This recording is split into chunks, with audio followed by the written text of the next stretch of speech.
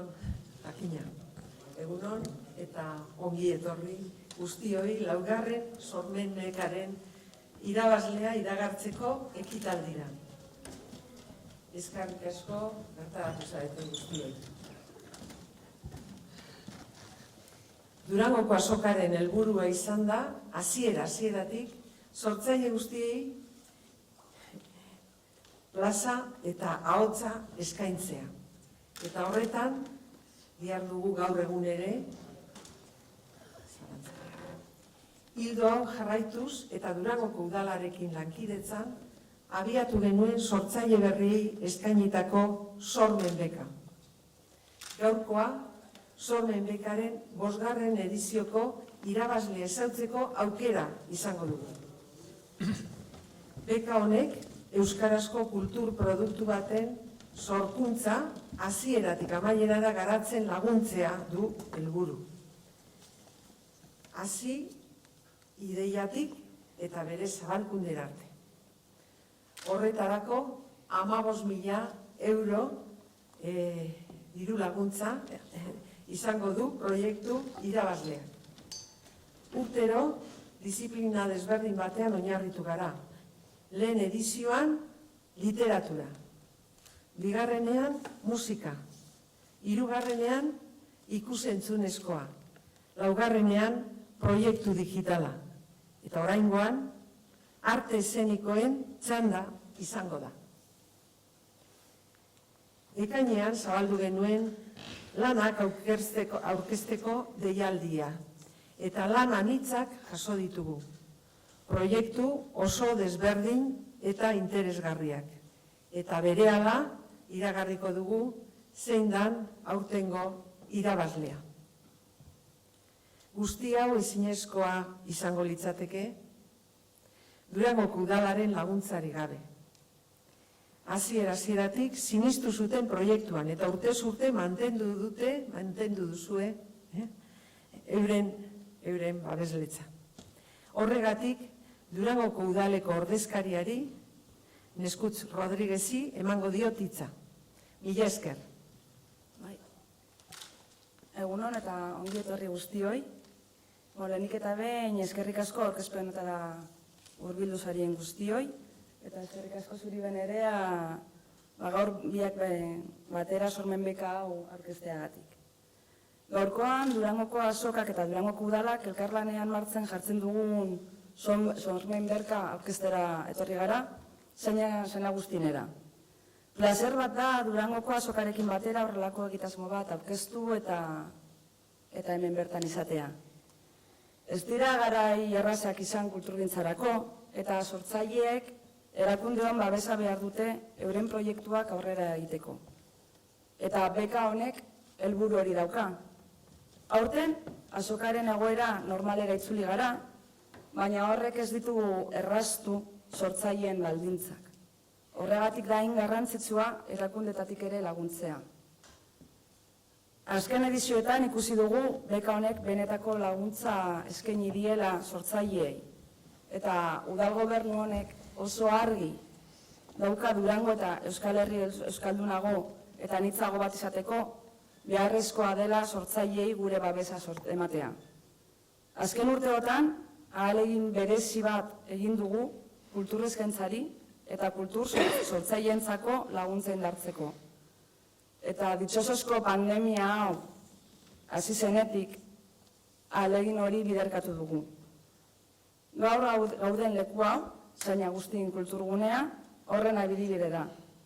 Eta barkatuko didazue, baina behin hemen nagoela, eskerrak eman nahi diot Zaina Agustineko langileei, hau dana posible egiteagatik. Urtero Durangoko euskal kulturaren topaleku bilakatzen da, egun batzuez, euskal kulturgintzaz gozatzeko leiho eder bat. Beka honek, aste honetaz gain, urtebeteko leiho bat eskaini nahi die sortzaileei, euren proiektua ganoraz eta baldintza honetan garatzeko. Askotan entzun ohi dugu, egonkortutako sortzaile baten lan baldintzak ez direla errezak, eta zer esanikek sortzaile gazteentzako. Horregatik da garrantzitsua erakunde publikoetatik gazte sortzaile berriei babesa ematea. Gauzak horrela, eta gauden egoera saio honetan bereziki, Durangoko udalak gazte sortzaile berriak lagundu nahi ditu. Beraien proiektua aurrera ateratzeko asmoz. Eta besterik gabe, eskerrik asko natortzeagatik eta zorionak irabazleak. Eskerrik asko. Eta orain, irabazlearen izena ezautzeko, aurtengo epaimaikideak aurkeztu nahiko nituzke. Gure artean ditugun Jon Maia, Leire Vargas eta Arantza Arrazola. Eta gaurkoan bertaratu ezin izan diren, baina epaimaia osatu duten, Oier Guillen eta Aureli Puset. Eskerrik asko zuei, eta egin duzuen eta egiten duzuen lanagatik. Zuena da hitza. Jon Maia eta Leire Vargasen hitzak ditugu.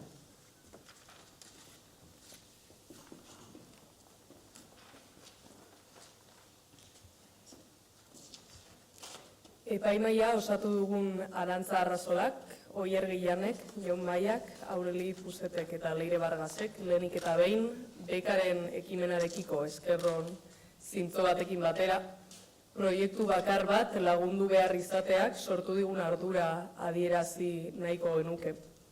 Deialdi honetan parte hartzaileen gogo, ahots eta proiekzioetan ikusi ahal izan dugu euskarazko sorkuntzak egun dituen bideak anitzak bezain interesgarriak direla eta aurkeztu diren proiektuetan hainbatek bazeuzkatela laguntza jasotzeko arrazoiak. Euskal kulturan oro har bada zer gogoetatua zentzu horretan. Eta bigarrenik, aukeratu izan den lanari dagokionez, poza eta asetasuna adierazi nahi dugu.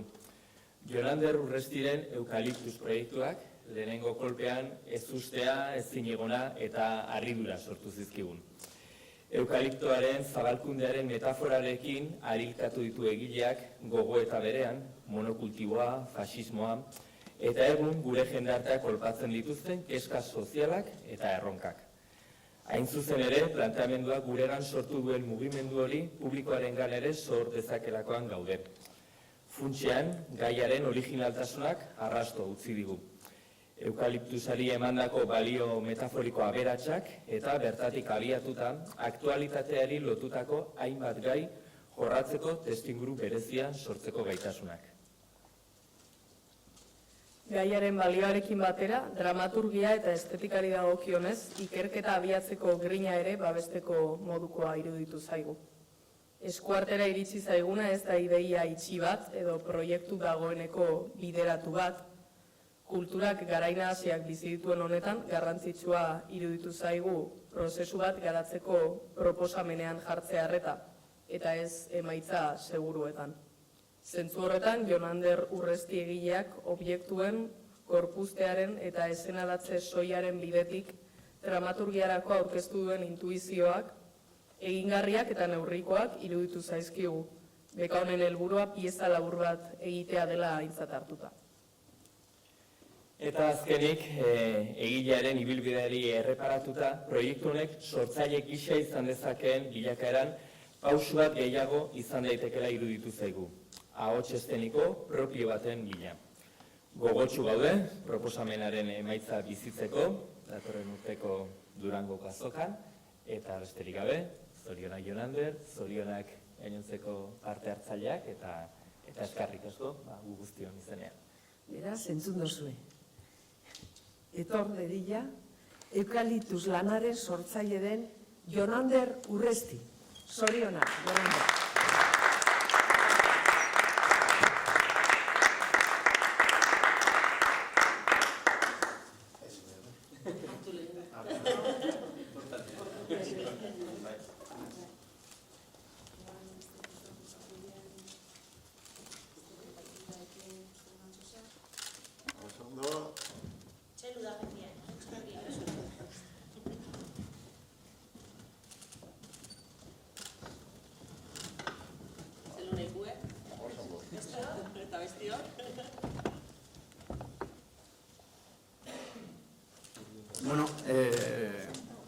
azteko eskerrak emon, bai Durangoko azokari, bai Gerediak Elkarteri, bai San Agustineri, bai epaimaikideri, ire proposamenan sinestiarren, horan proposamenak azten dauzen nien operari, bekostaitze atzo sinesti beran proiektutan, eta nonok esatia azetik, bai, posible da, kriston opariz da, eta, bueno, ja, realidade bat bihurtzen da, eta arduri ebe bai, operan ganera etorten da. Oraindik proiektu hau promesa bat baino ez dan arren, saiatuko nahi nire intentzioek ahalik eta laburren eta argizen adierazten, bale? Nire idei da, eukalitue aitzaki modun hartute gure lurren eta bizitzen kudeaketari buruzko zalantzak sortzie. Hau da, eukalitue izen dara gure paisaian parte da, eta guk berarekin erlazio bataku, bai ala bai, eta uste dut hor badakuzela gako batzuk hausn hartuteko guregan eta zalantzak sortzeko gure ideien gan. Eukalitue grekoz ondo estalia esan nahi du, eta hain zuzen be ondo estali dauz gure inguruko basuek, batez be Bizkaizen, bai Gipuzkoan eta Araban be bai, iparraldien ez horren beste, eskerrak, bai Bizkaizen, sobre todo, eta batez be estali dauz gatazkez, ez da? Askoren ahotan dabil beti eukalitue, danok entzuten du gora beran inguruen, bai gitzitzen okintzu benetan plazan iritsi bet sortzeko aukerie, bintzet nik edo bintzet plaza batzuetan.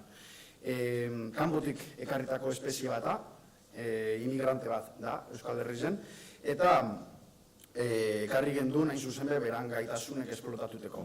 Azken finien, harin azten da, egur harini sortzen dau, papela sortzen dau, justo Durango azokak liburuen azoki izen da, uste dut, badagoela beran zera. Eta, gure ekosisteman ganera lan egiten daki oso ondo adaptatu de gure ekosistemara, ezta? Azken finien, gure morroi bihurtu dugu eukalitue, eta honek, noski, onure batzuk okin dauz, bai, paradogikoki, ekarri dugu eukalitue guk bera esplotateko, bai, berak esplotatu dauz gure lurrek, ezta? Gure lurrek guztiz zikatu indauz.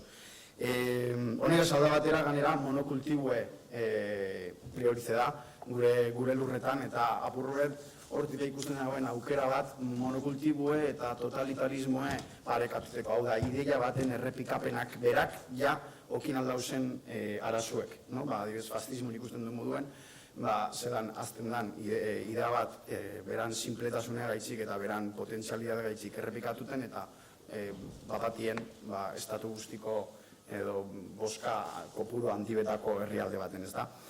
Ikusten hauen hor, izen aldala, metafora bat, ze askanien, azken hamarkadatan guk egin dunen izpilu eta, hau da, espezializatu, erabaki errentaragarrizek hartun, ideia totalitariste garatu diversifikazio, gauza dibertsitatea ekiditeko, eta kanpotik langilik ekarri gure lana hitzeko, eta ganera diskurtso bat garatu esanez gure miserizek euren kulpi edizela. Ez da, bai imigranten kasuen eta bai eukalitun kasuen bai, ez da egize, mito bat sortu de hor, eta eukalitu berez, egurrona da, hainbat gaitasun dakoz medikuntzan bertame bai, ni asmatiko nahi, eta bizi guztiz bazadot bau ekitzen eukalitukaz, eta, hori, guzti honen metafora izen aldala uste dut eukalitue, eta ganera uste dut fenomeno global bat ala.